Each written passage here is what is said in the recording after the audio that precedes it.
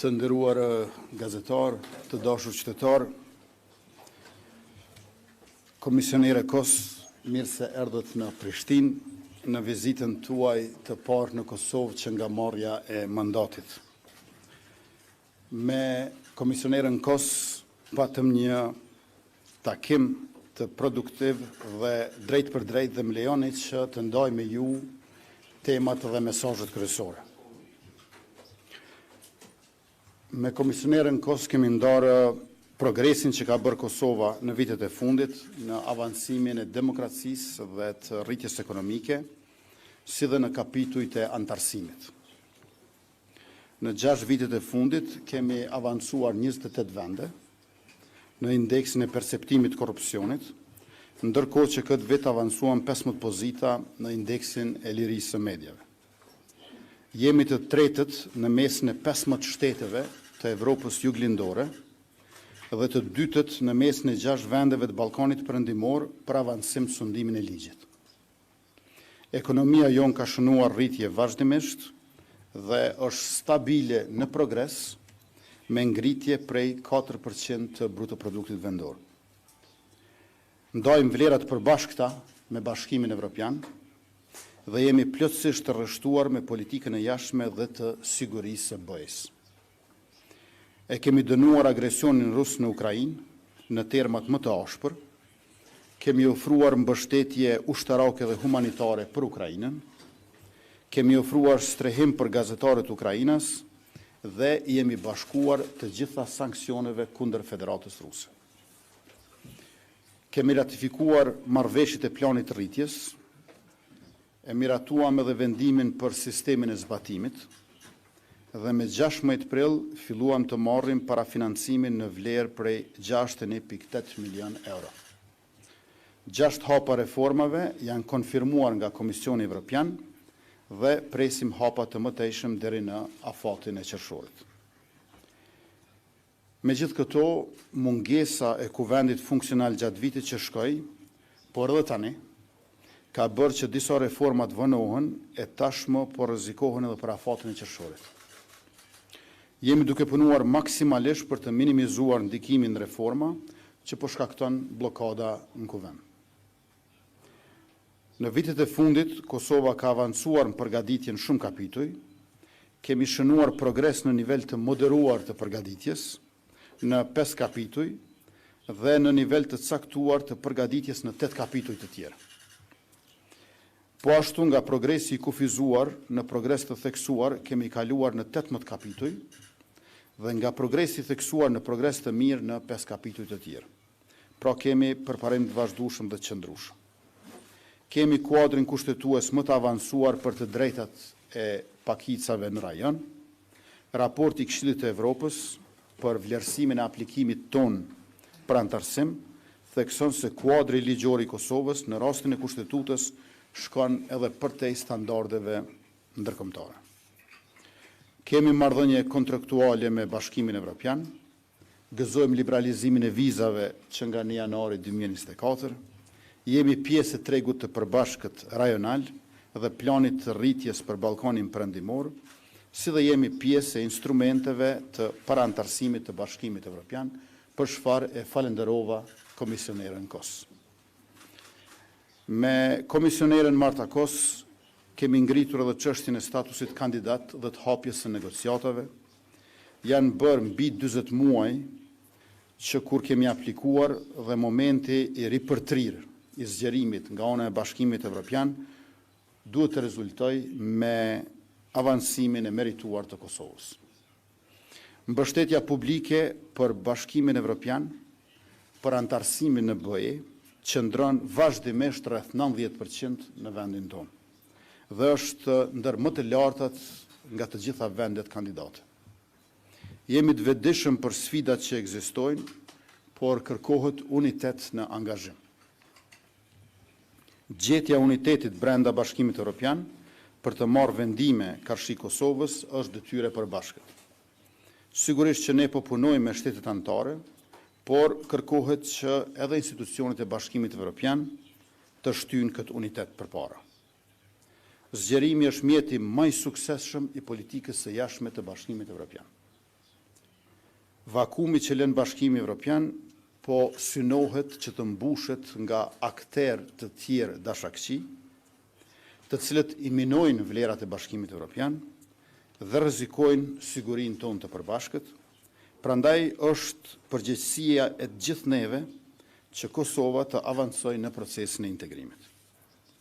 Biseduam edhe për bashkëpunimin rajonal. Çelësi kryesor për bashkëpunim të suksesshëm rajonal është fqinjësia e mirë evropiane. Kosova ka përjetuar 2 sulme terroriste në 3 vitet e fundit, në Banjsk me 24 shtator 2023 dhe në kanalin Iber-Lepens në infrastrukturë kritike me 29 nëntor 2024, që të dyja këto të dirigjuara e financuara nga fqinji ynë verior. Llogaridhënia për këtë sulm është thelbësore, pasi pa llogaridhënie rreziku ndaj sigurisë son mbetet i lartë. E kemi një fqinj agresor agresiv që të sulmon në vend se të bashkëpunoj. Kjo është sfidë sa për sigurinë, po aq edhe për bashkëpunimin rajonal. Megjithatë, ne jemi proaktiv dhe kemi kontribuar në integrimin ekonomik të rajonit, në CEFTA, në përfaqësimin tonë direkt për herë të parë, e kryesuam me sukses, ndërkohë që edhe kaluam të gjitha protokollet e mbetura në kuvend. Kemi 5 marrëveshje që kemi nënshkruar në proces Berlinit, i cili tashmë është i lidhur ngushtë me tregun e përbashkët rajonal. Ato marrëveshje duhen zbatuar. Bosnia dhe Hercegovina, siç e dini, ende nuk ka hequr vizat për Kosovën, ndërkohë që Serbia po mban të bllokuar marrëveshjen për njohjen e diplomave, e cila është në përputhje të plotë me standardet dhe me direktivat e Bashkimit Evropian. Pak ditë më parë festuam 9 majin, ditën e Evropës. Bashkimi Evropian është projekti paqes dhe i prosperitetit. Është më i madhi e më i suksesshëm projekt i këtillë në Evropë që nga lufta e dytë botërore, dhe Kosova ka përfituar nga Bashkimi Evropian, për çfarë ne jemi thellësisht mirënjohës. Ne jemi gjithashtu falënderues për mbështetjen e Bashkimit Evropian, të cilin e kemi partner strategjik dhe njëherë është donatorin më të madh. Që nga viti 1999, kur u çliruam, Bashkimi Evropian ka investuar në Kosovë mbi 3.7 miliard euro. Kemi bërë progres në shtylla themelore dhe kjo jemi të bindur që meriton të njihet nga Bashkimi Evropian në kontekst të zgjerimit. Nuk po kërkojmë as rrugë të shkurtra, as derë të pasme, vetëm proces meritor. Ju faleminderit.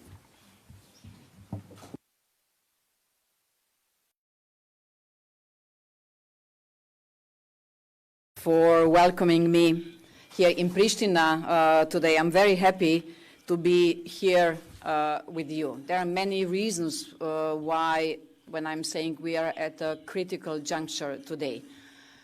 One is you are before the elections. The second one is also that when we have been speaking about the enlargement process today from the bigger picture. What we are experiencing today in the enlargement process is the advancement, and for the first time after the last enlargement in 2013 in Croatia, there are real prospects that we will, in the next years, get new member states.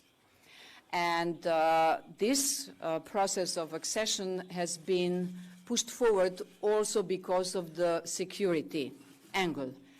And when we have been discussing the role of Kosovo in this, there cannot be no security in Europe without Kosovo. Kosovo is an integral part of a bigger picture why enlargement today is much, much more than just the enlargement. It is taking care about the security in Europe, we all together, through regional cooperation you have mentioned, and of course also through the integration in the European Union. So one of the biggest tasks is taking care of much stronger integration of Kosovo in the European Union. My very clear call on this trip is also to ask all political actors here to find a way to bring stability back to the public administration in Kosovo. It will be good that you get the stable institutional functioning, and as we see it in Brussels, 2026 can be the year Kosovo finds EU opportunities once again, and I have a promise to Mr. Kurti, then once you will have all the institutions after the elections, I will come back. And then we will discuss many topics important for Kosovo, but also important for the European Union. It is important that once your new assembly is formed, political leaders in Kosovo come together and succeed in forming all government institutions and electing a new president in the spirit of compromise, and to end this long period of institutional deadlock. There is a credible European perspective of Kosovo. We in the European Union, and me personally especially, are eager to intensify the level of work with you again. That's why these institutions being in place, fully fledged, is so important. And as we have seen, the people of Kosovo want to stay on the path of European integration. The Eurobarometer study, which came out last week, shows that 88% of people in Kosovo said they are optimistic about the future of the EU, and this is overwhelming support, and I thank you in the name of the European Commission to the citizens, to the people of Kosovo, to stay firm on the European path. This is not only important for your country, this is important for the whole European Union. Thank you for this. But many important reforms have been stagnating because of renewed elections, and Kosovo needs to urgently catch up on EU-related priorities. For this, Kosovo needs stable institutions and effective governance. The inclusive conduct of the local elections in autumn last year, congratulations, and the orderly handover of local governance in the North municipalities allowed us to lift the EU measures vis-à-vis Kosovo. When Kosovo delivers, EU delivers too. Accordingly, the Commission is releasing a total of 425 million euro in pre-accession funding, and we are engaging with our Kosovo counterparts, with the government, to discuss pending reforms and how to accelerate the work on EU-related files. I'm also pleased that last Assembly ratified the EU growth plan related agreements back in February. The Commission subsequently released the pre-financing in mid-April, amounting to close to 62 million euro. To reap the benefits of the full, so the whole package from the growth plan is 880 million available. Kosovo needs a really fully fledged government, solid assembly, and a clear president in place. You will only be able to get these funds if you deliver the reforms, and this is why I'm believing that this year could be another turning point in our relations. Getting this money, it is crucial not for the government, it is mostly for the people. It will improve the rule of law, modernize Kosovo's public administration. It will also support improved education outcomes, create a better business environment, and help accelerate the digital and green transition in Kosovo. And the growth plan also could bring other opportunities for people in Kosovo. We've been talking how there is small steps needed for Kosovo to join European Europe single payment area and extending the Rome like at home to Kosovo. Looking to the future, advancing on Kosovo's EU aspirations also requires constructive engagement in dialogue with Serbia. We have been discussing this too. This includes the need to resolve all issues related to Serbia-run institutions in an inclusive manner in consultations with the Kosovo Serb community as in the framework of the EU-facilitated dialogue. The March 14 agreement, really congratulations, you've been able to reach this agreement, must be fully implemented in good faith. While I'm here, I'm also pleased to meet the representatives of Kosovo civil society, and I will meet a group of women leaders from different areas discussing the enlargement processes. And I'm looking forward, coming from this area, I know there are many, many strong women here in Kosovo since decades. So my personal wish is also to engage with them more. Mr. Prime Minister, my team knows, no man can attend this lunch, so I can't invite you to this meeting, but I know that you are a strong supporter of women too. If I finish, Kosovo has really done a lot in the latest period. And it can be done more, and Kosovo and the European Union share this common destiny. We can't think of Europe without Kosovo, and I'm happy that I have got the assurance that Kosovo is firm on the European path. I want to assure that the European Union remains committed to Kosovo's European future. Dear Mr. Prime Minister, I'm happy that you will come to the EU West Balkan Summit, which will be on June 5th in Tivat in Montenegro, to show your commitment and the commitment of your country on the European path. Thank you for this.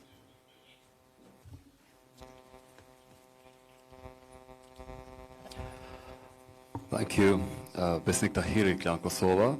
Madam Commissioner, I have two questions for you. The first one is, can you explain to us the really perspective of Kosovo to become a member of European Union? Is this perspective bleak or is more prosperous? Because you are mentioning some years about Albania and Montenegro becoming EU members like 2030, but how about Kosovo, maybe 2040 or less than that? And the second question is the European Union going to condition Serbia with its path to the EU with a judiciary process for the people who conducted the attack in Banjska? Or you're going to ask them maybe to extradite the main persons who did that in Kosovo? Thank you. Regarding first question, of course, there is a place for Kosovo in the European Union in the accession process. We usually don't work with dates, but also the advancement and the way is important. The more successful Kosovo will be in delivering the reforms, the more successful Kosovo will be in the Pristina-Belgrade dialogue, the highest are the chances that we will be able to start the negotiations, the real negotiations. So this is political part. Outside of the political scope, it is also important to engage with the member states.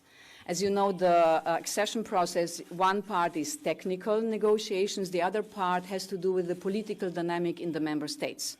And my call to action to every candidate country is also to engage with the member states, and then this can happen. So I can't give you the year, but I'm 100% sure, and I will work tirelessly on the goal of bringing Kosovo closer and closer to the European Union.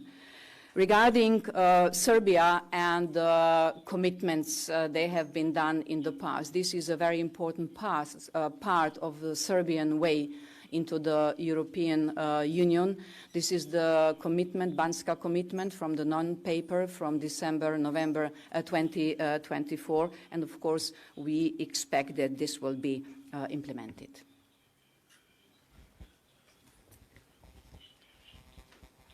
Antigoni Sufi, gazetare në Kallza.com. Kam një pyetje për komisionerën Kos dhe një për kryeministrin Kurti. Komisionere, nëse Kosova nuk arrin me I miratu reforma deri më 30 qershor 2026, a ka mundësi me u negociu mas andaj? Morë parasysh që Kosova është në proces zgjedhor, gjasat janë që kuvendi mos me u formu deri më 30 qershor, a ka gjasa me u negociu për këtë çështje? Ndërsa pyetja për kryeministrin është, kryeministër, para takimit të SH-nës së ministrave të jashtëm në Bruksel, shefja e diplomacisë evropiane Kaja Kallas tha se është dakorduar për një takim të nivelit të lartë për dialogun Kosovë-Serbi, tha që është dakorduar nga dy palët, edhe nga Kosova dhe nga Serbia, por është shtyr nga procesi zgjedhor. A jeni dakorduar që të shkoni në një takim për dialogun, duke marrë parasysh që vazhdimisht keni thënë që janë 3 parakushte për me rifillu dialogun. Faleminderit. Regarding the first question, so this growth plan is based on a special financial instruments with the clear rules. And the rules are, if your country, Kosovo, is delivering the reforms, you can get the payments. I'm very happy that during those elections and interim elections time, your Parliament has been able to ratify 2 important agreements which have given us the possibility to do the prepayments of more than 60 million. Now we are in the preparation to pay the first disbursement.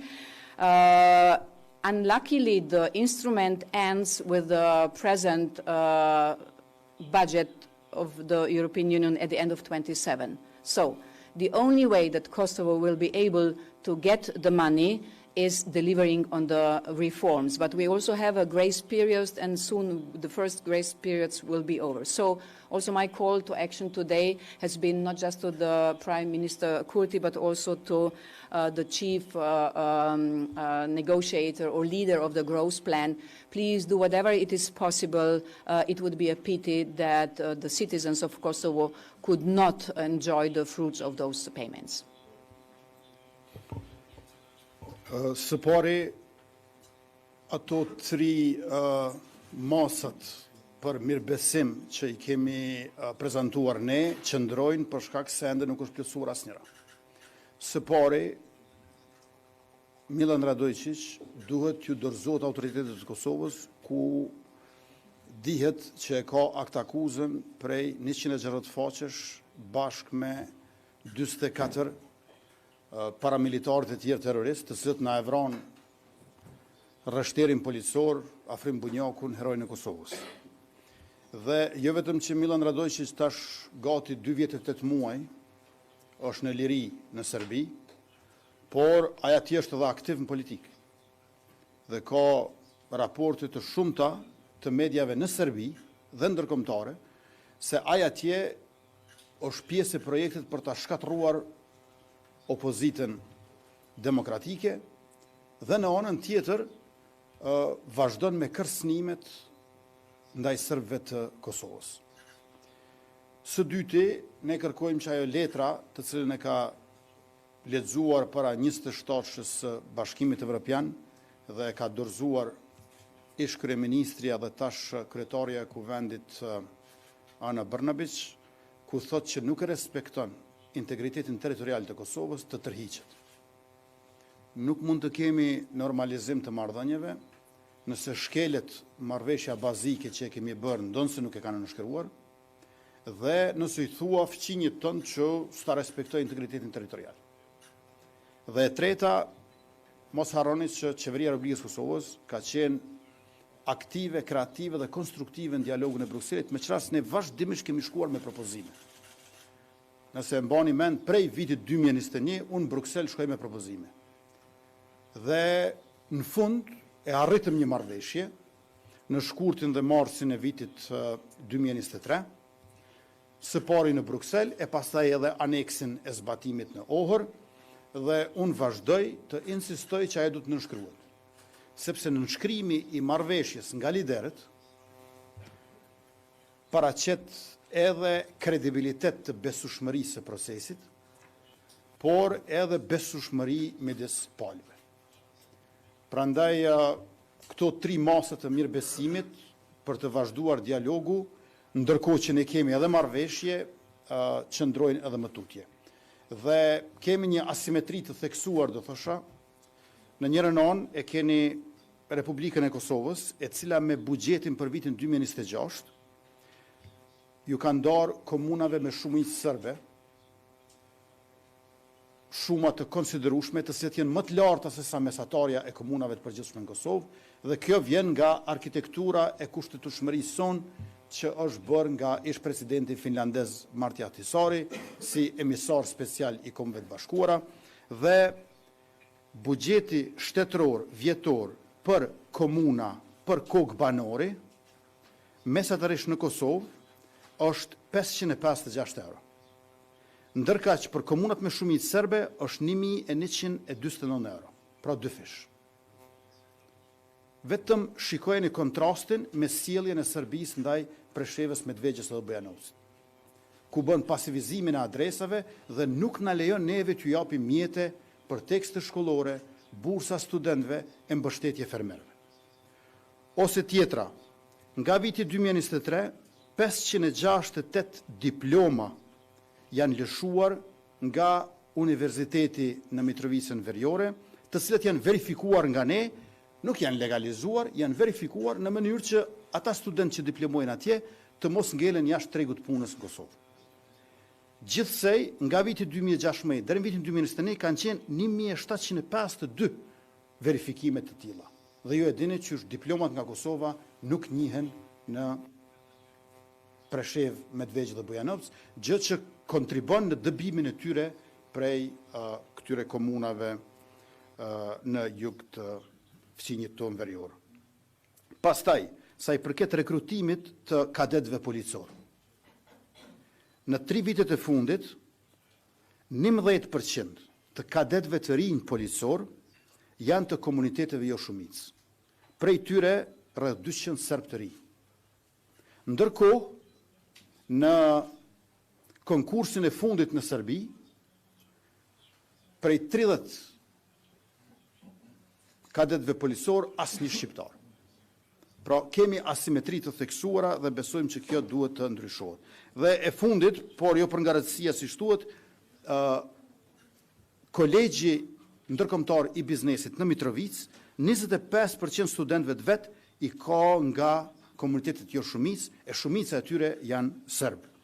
Pra, ne jemi për të drejtët e pakicave, ne jemi për të drejtët e njerëzit, sepse këto janë thelbësore për demokracinë, por në anën tjetër kërkojmë edhe mbështetjen e Bashkimit Evropian që të drejtët e pakicave dhe drejtët e njerëzit edhe në Serbi të respektohen në mënyrë që të kemi parafërsisht një lloj simetrie në të dy anët. Por sa i përket dialogut që organizohet nga Brukseli, edhe njerë po e theksoj, ne kemi qenë dhe do të jemi aktiv, kreativ dhe konstruktiv, por presim që këto 3 masa të mirëbesimit të zbatohen para se të konstituohen institucionet e legjislaturës së 11 që del nga zgjedhjet e 7 qershorit.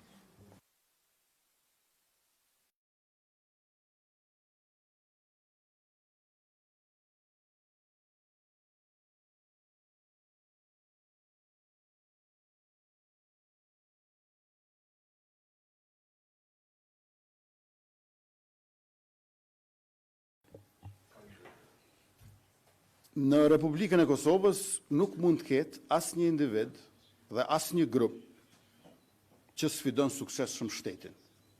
E shteti është tërësia e ligjeve. Ligji i drejtë i Republikës na bën bashkë si shoqëri, sepse na barazon para tij, e jo si dikur që na ndonte në të pambrojtur e të paprekshëm. Në lokalin në Skënderaj, në të cilën është rrohur e përgjakur zëvendës ministri në Ministrinë e Financave Hysni Mehani, njëkohësisht edhe kryetari i qendrës së vetëvendosjes atje, njëkohësisht edhe kandidat për deputet për legjislaturën e 11, ka kamera dhe ka shumë dëshmitar. Me çmora vesh 2 veta janë arrestuar. Për përshtypjen time, reagimi edhe i policisë edhe i prokurorisë ka qenë i vonuar. Unë nuk e di se çfarë ka ndodhur më pastaj në orët e pas mesnatës, por e di që reagimi është dashur të jetë shumë më i shpejtë.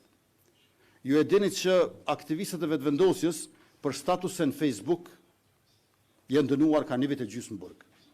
Ta shohim tash prokuroria për ata që marrin gotë edhe për gjakin zëvendës ministra, çfarë dëshkimi do të kërkoj dhe çfarë dënimi do jap gjyqësori.